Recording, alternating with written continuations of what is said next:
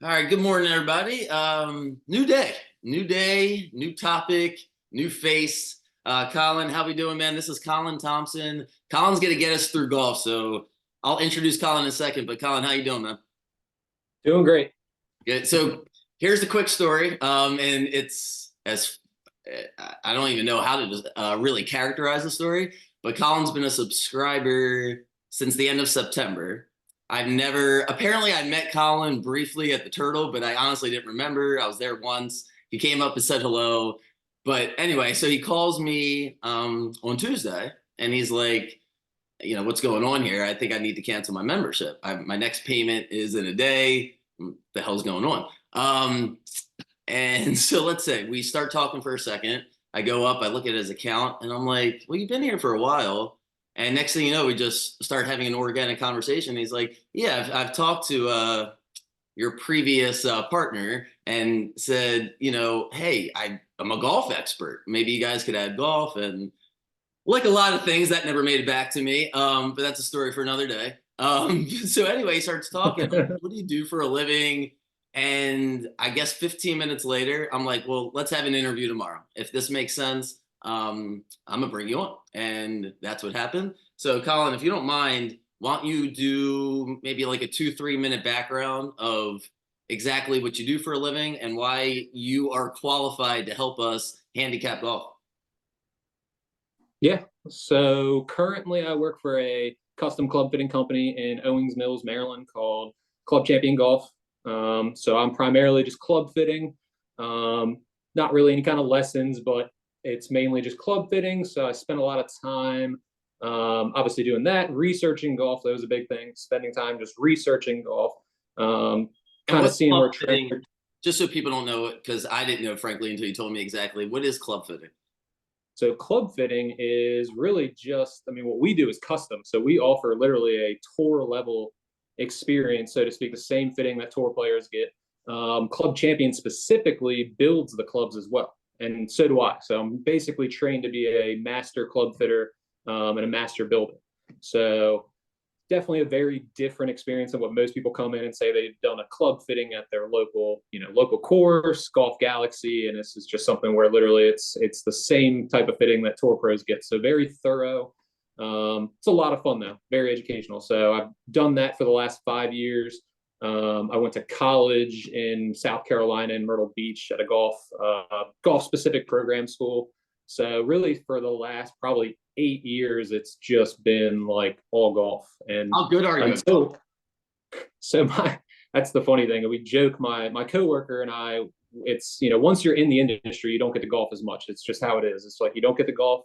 Everybody comes in and assumes it's like all you must do is just golf, and it's like honest to God, when we get time away from work, it is like I try to shut it off type of thing. Right. But right now, my handicap floats anywhere from like a 10, 11, 12, something like that.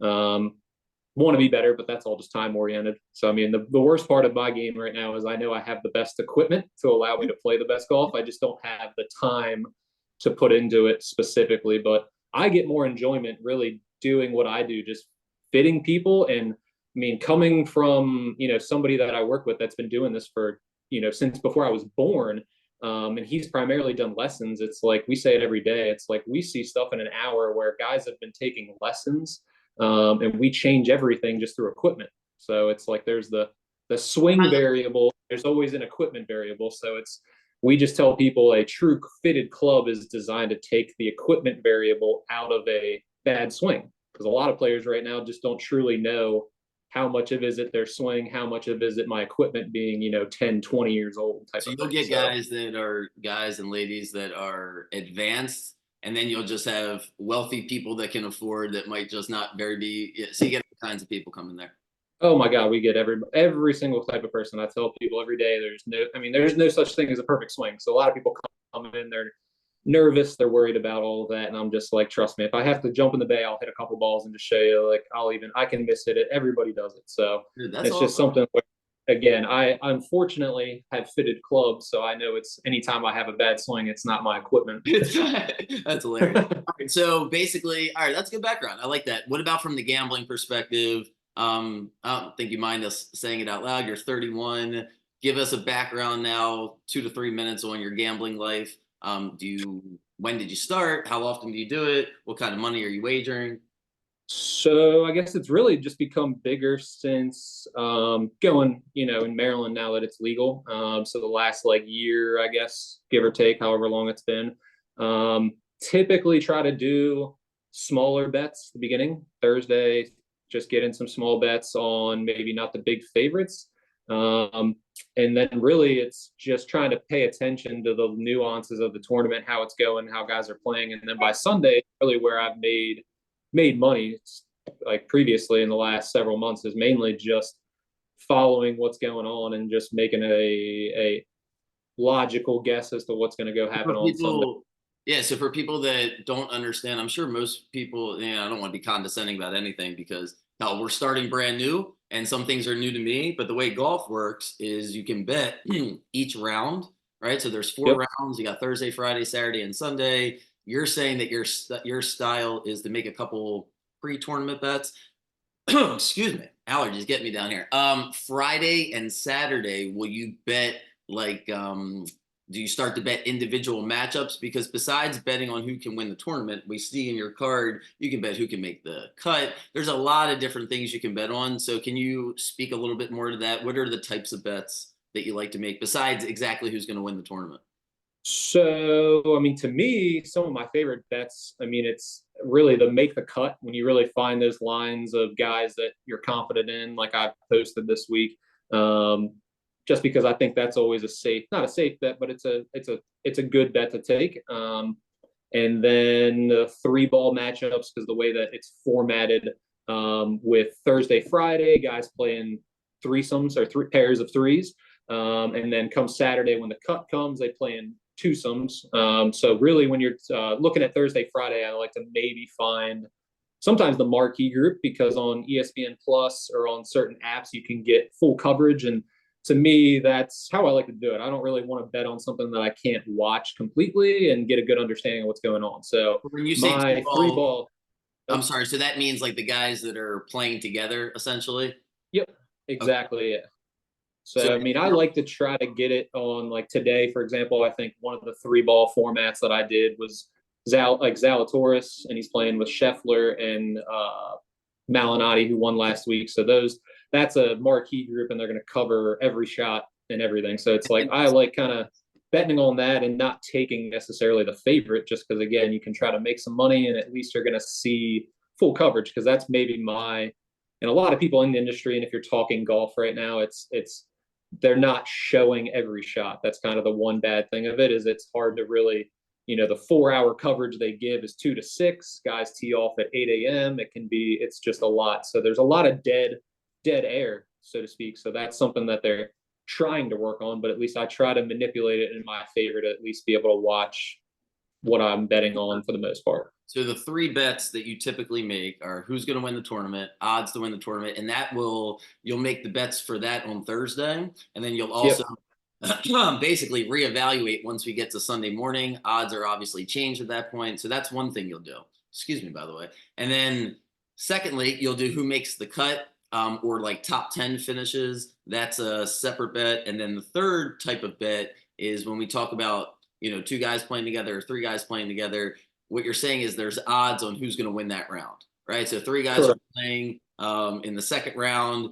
Colin feels like, hey, I just watched the first round. I got some intel between these three guys playing. I like the odds for this guy to have a better score for the round. So what you'll do, and you did a good job of it this morning, but we'll obviously have a podcast so we can talk about it. But so it's 100% clear. And this is the number one issue, like moving forward, because the feedback I've gotten has been, first of all, it's been nothing but pleasant, and I appreciate that. For my subscribers, I should say. Some random people that message me is one thing, but actual subscribers, even people that have asked to frankly cancel, they've been pleasant. It is what it is. It's a transition, but one thing I promised everybody, excuse me again, is that everything is going to be clear. Like we're not going to have a situation where, hey, what does this mean? And when Ben was on here, that was the standard. I had zero complaints. Everything was understandable. And he only wrote 2 to 3 sentences. We're not going to ask you to write 10 paragraphs. Frankly, that's what the podcast is going to be for. If you want to hear a little bit more about the nuances of it, I'm going to learn about golf. I've never bet. I mean, I'm sure I bet like $20 sometime on like a Masters or whatever, but I've never followed golf. I don't really understand it. I never know if it's a good shot, even if the thing is following it. So it'll be fun for me to kind of BS with you and frankly see how much of our audience enjoys golf, because we've literally never covered golf. But I think it's not that I know it's super popular in the Baltimore area. We're just starting. So we got the Masters coming up in 2 weeks. Next week will be a preview of the Masters, and then we'll put them out on Wednesdays. So that way you're on the record, you get the bets out, and we'll go from there. So why don't you give me, if you don't mind, maybe like a couple minute overview of where we're at in golf, maybe like the top golfers, because I'm going to sound really stupid if I start. I think I told you on the podcast, I might just randomly get names wrong. You can correct me. That's no problem. I was like going through the interview and I'm like, listen, man, everything here is going to be transparent and honest. The show I do with Zach on Fridays about baseball, he's breaking down the farm system of like the Twins. I'm getting names wrong all the time and he just won't correct me. And I'm like, dude, you have to correct me. I'm gonna sound worse. You're going to sound worse if you don't correct me. So go ahead, just talk for a few minutes. I'll interject if I need to, but give me like, where are we at with golf? Who's the best golfer? What the hell is going on with the Live Tour and the PGA Tour? If you don't mind, can you just kind of go ahead and give me a good overview of where we're at with golf? Yeah. So, I mean, really right now, it's probably just, especially being take last week away, the last two tournaments have been marquee events. Arnold Palmer Invitational, and then the week after that, which is my favorite tournament, which sounds crazy because I think everybody says the Masters, but I definitely have a soft spot for the players. I just love that tournament. So the last two tournaments out have gone literally Scotty Scheffler wins, Wyndham Clark in second. So right now, there's really just these two names that everybody's really just pumping. And right now, they're probably playing the best golf, and the odds show it. It's crazy because this is not an elevated event this week. This is not an event that they have to play in. But these guys are gearing up, Scotty Scheffler and Wyndham Clark, to make their run for the Masters. So right now, they're odds-on favorites. They're the big names going right now. And it's exciting to see 2 weeks out that they're playing because that doesn't typically happen. I mean, aside from them, give me like a 3 through 10 after those two guys, and then give me like a couple guys that are off the radar that you think are going to have a big season. Yeah, I mean, right now it's names that I've picked this week to play well: Alex Noren and Keith Mitchell. I just think the way that they play it sets up nice. Keith Mitchell last weekend struggled on Sunday. He was leading into the Sunday round, and he literally, I think, only hit 5 out of 14 fairways on Sunday, and that is just at the tournament last week. You can't miss. This weekend, why I'm taking him is obviously a little bit of a rebound. I think he's going to come out, a little angry, wants to try to prove himself again and rebound from the last round. But it's a bomber's course this week. It's not tight. There's a lot of open. It's just open. There's not a lot of trees. It's a municipal course, so it's literally like a public course that these guys are playing. I mean, you could literally go and play this course come Tuesday, and it's $50. So it is not, designed to really be something where these guys are going to struggle off the tee. It's like they're going to bomb it, and the rough is down. There's certain things right now, the way that it's playing sets up for his game. And then Noren, mainly, I picked him just because of the weather. I'm looking today at the weather, and it's about perfect conditions down there in Houston. It's like sunny and 70. There's low wind. Texas golf, if you know it, I know you don't, but Texas golf gets windy very quickly. Conditions just change. So Noren was somebody where I'm like, he's been playing good golf. He's been trending. He plays well in tough conditions. So he's not a bomber, but he's going to keep it in the fairway. He's going to hit a lot of greens and just have opportunities. Because I know Friday, Saturday, Sunday, based on what I was seeing on the weather, it's like anywhere from 15 to 25-mile-an-hour winds. The course is going to play different. Are there certain? That was fantastic, by the way. Are there certain bigger names that might be recognizable to me that you're like, Ryan, I think this is not the year to start betting $50 on McIlroy or Jordan Spieth, because those are the first two names that popped in my. Vijay Singh, if he's still out there. VJ Singh's like, the guy that I think of when you say VJ, I think of like Sahith Thagala, who's coming up right now. He won last in the fall for the first time at the Sanderson in September, and he's just somebody's game is trending. It's really weird this time of year because that's really what you're looking at is whose games are trending. And Rory, for example, right now, I would honestly, I'm not going to bet him on the Masters. That's just me personally. I just don't think he's trending the right way, and it's just not something where I'm going to force it on him. Mm-hmm. But that's really for next week. For me personally, I love a lot of guys that are on live right now, just the way that they're playing and the limited amount of play that they get kind of can benefit their game. But next weekend they're playing in Miami. So again, kind of like this week, it's a good litmus test for the guys that I kind of like to see where they are. So, I mean, for live golf right now, I would easily throw Joaquin Neiman. He's one of the hottest golfers out there right now. He's won twice on live. Brooks Koepka is probably the other guy. Honest to God, next weekend, I think, because what Brooks loves to do, Brooks Koepka will all of a sudden, right before the majors, turn it on. And I think next weekend is going to be a bet for me that I think I'm going to bet him either top 5 or probably to win the live tournament. Obviously, if he wins, he's going to be probably my favorite going into the Masters. I just think it's a favorite golfer in general, just their style or somebody that you're drawn to. Shane Lowry. So he won the British Open back in like 2019, 2020. He's an Irishman. So I mean, with my hair and everything, I relate to him, but our games are similar. He's not the longest, neither am I. We're both big guys. He relies on his short game. It's very streaky with his putting, so I can relate to that. It's like my best rounds typically relate around my putting. There's nothing else other than that. So it's like he's very streaky, and he's somebody again that I don't think playing this week or next week. He's played well, but it's going to be tricky going in again just with where these guys are. It's like a lot of the. I'm sorry, finish your thought. No, you're good. No, I was just going to say it's really tricky with the guys that I know are not playing. If they take 2-3 weeks off before the Masters, it's hard to be like, okay, I can really trust this guy confidently and just say it's like, yeah, to win at least. I don't mind putting maybe top 10, top 20 on him, but it's to say he's going to win is always it's tricky if you're not seeing a lot of golf before the lead up. And what I was going to ask you is, do the live tournaments run the same way Thursday through Sunday? No, so live does it very different. They do a Friday, Saturday, Sunday. So it's 3 days, 54 holes.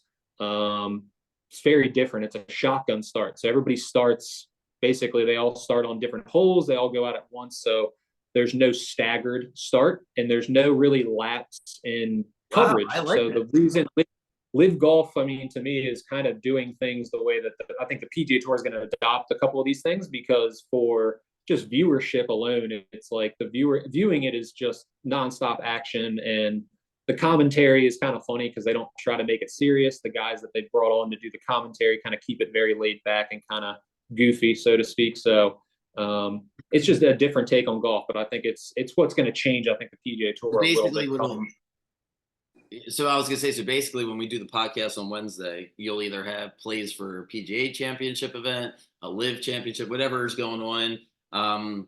Wow. So I actually like that. Where do you watch Live Golf? Live Golf is actually, this is even the best part. It's all free, so you can either do it right on their YouTube, or you can even do it right on the I think they partnered with CW, so you can download the CW app and it's free on that. So is it easier for you to handicap than Live Golf because you get to watch more of the shots than you do with the PGA Championship? Yeah. And it's, I guess, other than Shane Lowry being on the PGA Tour, I mean, Dustin Johnson, Cameron Smith, Brooks Koepka, like those are definitely three of the golfers I love to watch and have had success betting on mainly. I guess that's why I also gravitate towards them. So let's have some perspective before we move on, because it's opening day. You got to go. Where are you watching the game, by the way?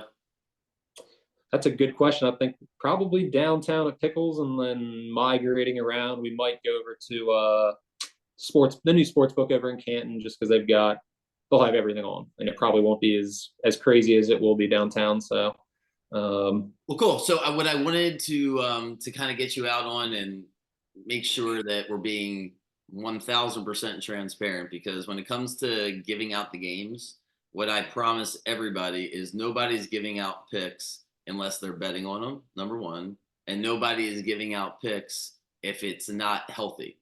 And part of what I'm trying to articulate to people while being respectful, because I have no interest in, or I'm just not a gossip person. I don't even have a social media, never have, probably never will. But I really believe in a healthy way of enjoying sports betting. It's probably the same thing as people that drink alcohol or smoke weed.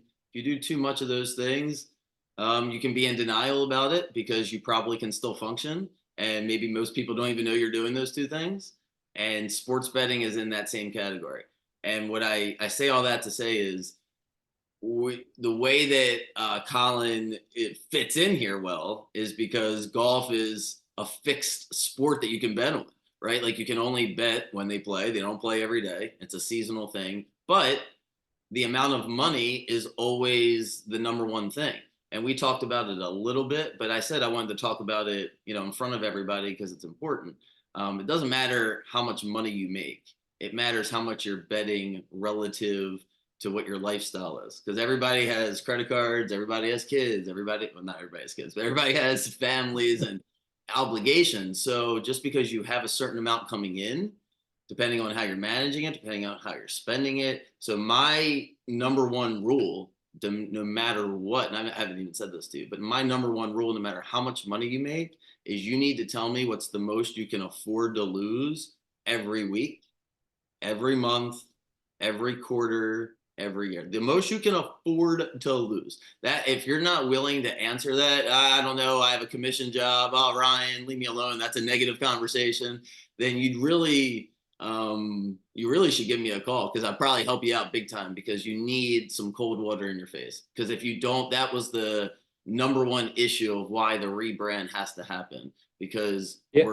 we're basically giving out candy for breakfast and ice cream for lunch and telling you to not eat your it's just not the right way to live your life or bet successfully. So I say all that to say, if you do not mind, we don't need to know how much your house is worth or how much money you make, but can you just explain how much you like to bet and how that is relative, to your lifestyle and your bankroll? Because I think it'll help people, frankly. So go ahead. Yeah, no, I mean, I tend to this week, I guess I put 200 down on the opening round. It's anywhere from 100 to 200 is what I try to do on Thursday. And then depending on where it is on Sunday, obviously it can change. It can go up from that. It can just be something small. But I try to, like you just said, take the emotion out of it. To me, this is all simply just entertainment. That's really how I've looked at it from day one. Anytime I place a bet, to me, it's, especially if it's 10 or 20 bucks, something like that. It's like buying a ticket and going to the movie. It's, to me, nothing more, nothing less than that. Obviously, you can make some money, but your odds are you can lose it, if anything. So to me, it's always been entertainment from day one. Anytime I put a big wager down, obviously maybe 100, 200 at one time, not spread out like we've talked about here. But if it's 100, 200 bucks on one person, then I try to, same thing, treat it as entertainment. And it's like, What's the most buying you a put ticket. on? Is 200 the most you've ever put on a bet? Yeah. And that's been on football, more or less on football. So how did you resist? Because I'm assuming you've had enough money to bet a couple thousand. What talked you out of doing that on a single game? Like you sit there, you bet 200. Why not just bet 2,000 on that game? Well, I should say just the enjoyment probably of it. I feel like I wouldn't enjoy it. It's like at that point it's not enjoyable, and that's what a lot of people talk about is, what's your level of where all of a sudden the amount of money you're putting down takes away from the enjoyment and gets into where it's like, oh crap, now it's putting me in a financial situation I can't be in. And it's like that's where people toe that line too often, and you get lucky once, but you don't get lucky twice. It's like now you're in the negative. Ben, the So reason it's like, yep, because when I asked Ben that question, I just remember his face like breaking. He's like, yes, it's the Ravens Dolphins game on that stupid Thursday night when they like zero blitz Lamar Jackson and he didn't know what to do. Can't do that anymore for the record. But and he was like, yeah, that was the first time I bet more than I felt comfortable and I lost and I never do it again. And did you have an experience like that, or you were just kind of wired never to really ever take a chance? No, that was AFC Championship this year for sure. I think I learned my lesson a little more on that. I think that was actually my biggest bet. Um, But that was still and two, yeah, that or was it more than that? what was that? I Oh said, no, that was more than that. I should say that was my biggest bet. That was 400. So that was 400 on the money, and that was money line too. So I didn't take the spread. I took money line, and that was a kick in the nuts, for lack of a better term, because I think everybody was high on the purple Kool-Aid, and it was really tough to take an outside lens. Like I would have loved to have not been a Chiefs fan or a Ravens fan and just looked at this game yeah. very differently, because coming out of that game, it's, my brother and I joke about it all the time with Tom Brady. It's like you don't bet against Tom Brady, and that's really how it feels now with Mahomes. You, honest to God, you just don't want to bet against that You guy. didn't have, so you say, and it's funny because people like forget about that game so bad. So as soon as I bring up the Lamar, you're like, oh shit, you're right. I did bet an extra couple hundred on that game. But what I about was like, like, that game was deleted from my memory. what about like 10 years ago? Like, did you ever have a different moment? Because usually, I found like my experience when I talk to people, it's like one of two ways. It's either they were just born and wired to never bet an amount that made them uncomfortable, or someone has a story. Like even that story, that's not a big like. I'm talking about. Have you had a moment where you're like, you know what? I really just bet way more than I can actually afford. I got to ask my mom. I got to ask my brother. Like, have you ever put yourself in that kind of gamble? Just not. No, Did you that's vicariously live through somebody else to learn, or what do you think helped you stay away from that? I think just family members. I've had family members that not I've never gotten into trouble, but they've just been doing this longer than me, and it's kind of that right there. Is like you never want to go too far to where you get out of place with where your money is. It's so easy to do that when you're confident on something, but to me, it's just like you said, gambling the correct amount that makes you comfortable, and then just trying to stack it from there. It's awesome, man. Doubling up is to do. Honestly, I like to try to find teams, and if it's a 2 or 3 leg parlay, I mean, I've had so much success doing that. College basketball, NFL, NHL, it's where if you can find 2 3 teams that are favorites and you just pair them together, and it's a double up for me, do like 50 $60 $100, and I've that's where I accumulate a lot of my money, and then I'll push it all in on one big bet. But yeah, I mean, I've You're never not tried to putting get yourself too in out a of place.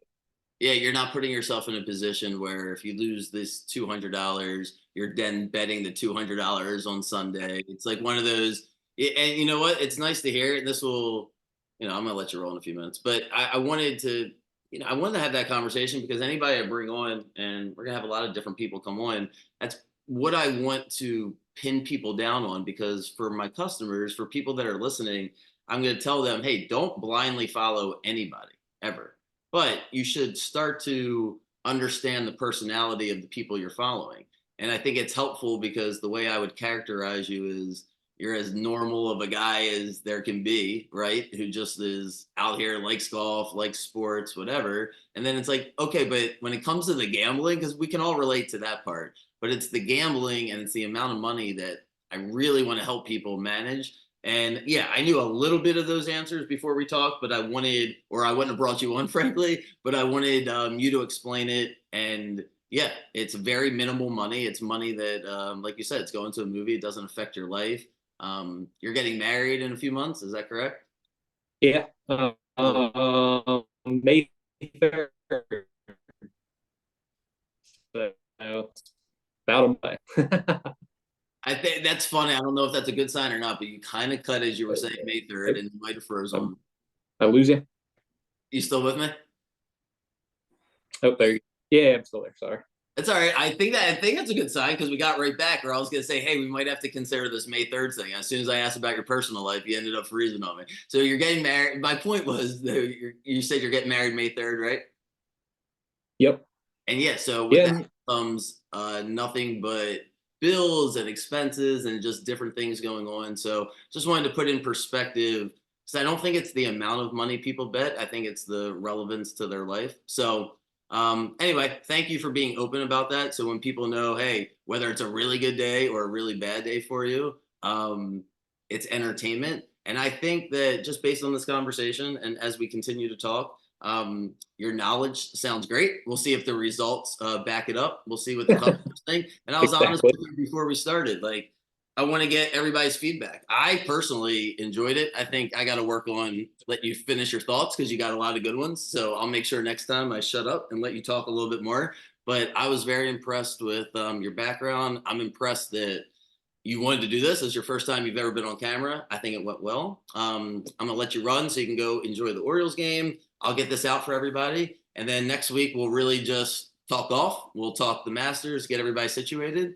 and this was fun. I appreciate you, Colin. Yeah, I appreciate it too, man. It's a lot of fun, and I guess we'll get back on Sunday and hopefully be in a good position to give some listeners some good picks on Sunday too.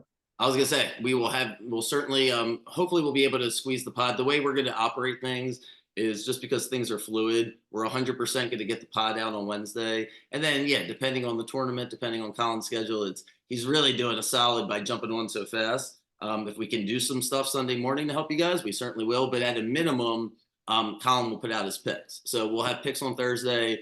Friday and Saturday is more of like if something comes up, you'll let me know. But typically it's more of analyzing what's going on and then making probably some larger wagers, relative to what you're doing. But then I imagine on Sunday you have way more information and it's easier for you to feel more confident about the picks.